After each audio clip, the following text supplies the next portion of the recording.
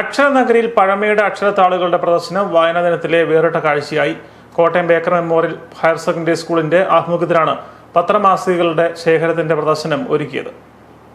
Kottayam Baker memorial higher secondary സ്കൂളിന്റെ ആഭിമുഖ്യത്തിൽ ഒരുക്കിയ പഴയ പത്രമാസികകളുടെ ശേഖരത്തിന്റെ പ്രദർശനം വായനാ ദിനാചരണത്തിന്റെ വേറിട്ട അനുഭവമായി. സ്കൂൾ ഓഡിറ്റോറിയത്തിലായിരുന്നു പ്രദർശനം. പൊതുജനങ്ങൾക്കും പ്രദർശനം കാണാൻ അവസരം ഒരുക്കിയിരുന്നു. മുണ്ടക്കയം സ്വദേശിയായ റിട്ടയർഡ് വില്ലേജ് ഓഫീസർ അമ്പഴത്തിനാൽ TS മുഹമ്മദിന്റെ പത്രശേഖരമാണ് പ്രദർശനത്തിൽ ഉണ്ടായിരുന്നത്. ലോകത്തിലും ഇന്ത്യയിലും കേരളത്തിലും നടന്ന പ്രധാനപ്പെട്ട സംഭവങ്ങളുടെ വാർത്തകൾ വന്ന പത്രങ്ങൾ ഇക്കൂട്ടത്തിലുണ്ട്. ഈ അക്ഷരത്താളുകളുടെ കൂട്ടത്തിൽ 1890 മുതൽ 2024 വരെയുള്ള കാലയളവിലെ പ്രധാന ദിനപത്രങ്ങൾ.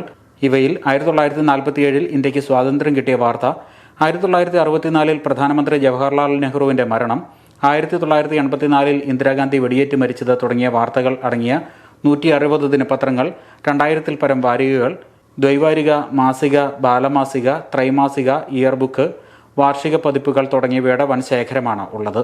Baker memorial higher secondary principal Shibu Thomas അധ്യക്ഷത വഹിച്ച ചടങ്ങിൽ സാഹിത്യകാരിയും പൊതുപ്രവർത്തകയും CMS കോളേജ് അധ്യാപികയുമായ ഡോക്ടർ അർച്ചന AK പ്രദർശനവും വായനാ ദിനാചരണവും ഉദ്ഘാടനം ചെയ്തു.